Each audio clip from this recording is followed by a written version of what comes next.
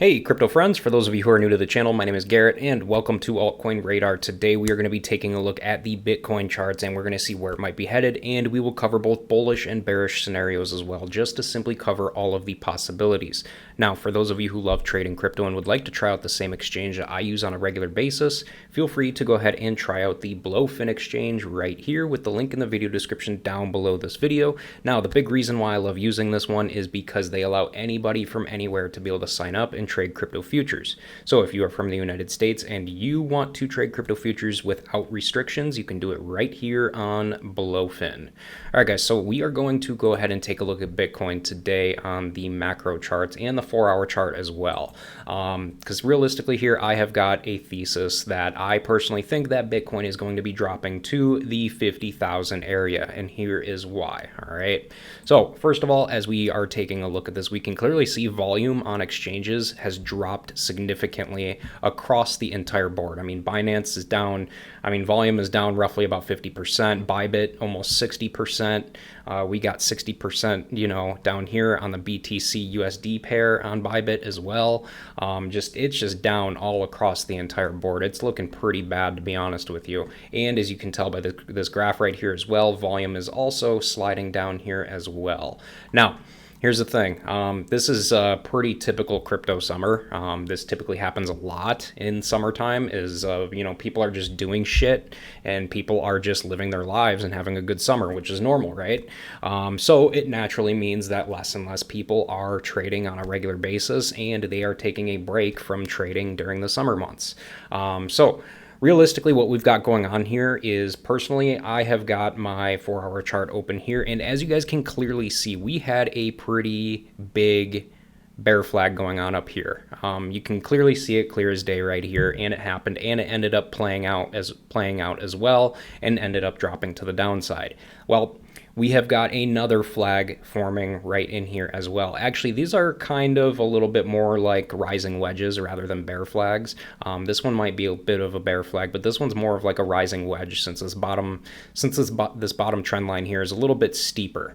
But realistically, anyway, they both play out the same. Rising wedges and bear flags, they typically result in a move further to the downside. So what I am looking at here is, realistically, we've got this level here at 59,000. We're just going to say 59,500.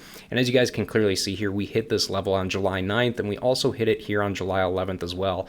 And we recently tried to break up to that level right here as well, just recently today, and it looks like so far at the time of me filming this video, we are currently failing to reach that level again. This is telling me that momentum is breaking down and volume is starting to break down even more as well.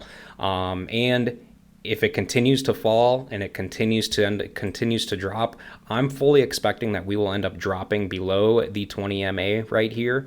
And if that ends up happening and we end up breaching past this trend line right down here very strongly, my guess is we will eventually most definitely see 53,000 once again. All right. Now, if that one ends up failing because we ended up hitting it back here on July 4th, because we ended up bottoming out right there on the 4th, if we don't end up holding this 53,000 level, then this is where my thesis comes in, as we will end up going down to the $50,000 area right down here. All right. Now, the key thing here that we want to be looking at is the overall market when it opens up in the Asian countries tomorrow on Sunday, which usually happens around Sunday evening for people like me who are in the United States.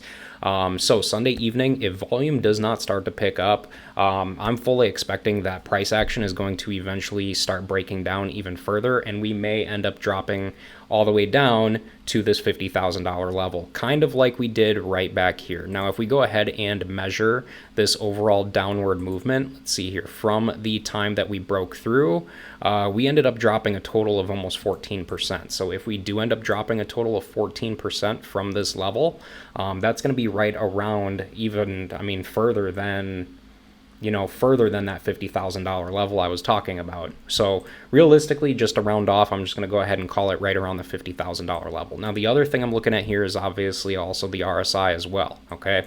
When this thing starts to drop down and starts to break down here, I'm going to be looking at the RSI as well, because once price action or once the RSI starts to break down below the moving average down here, then that's also not good news as well either. And that's going to mean that, obviously that's going to be my confirmation that momentum is definitely starting to wean off and people are starting to sell off. All right.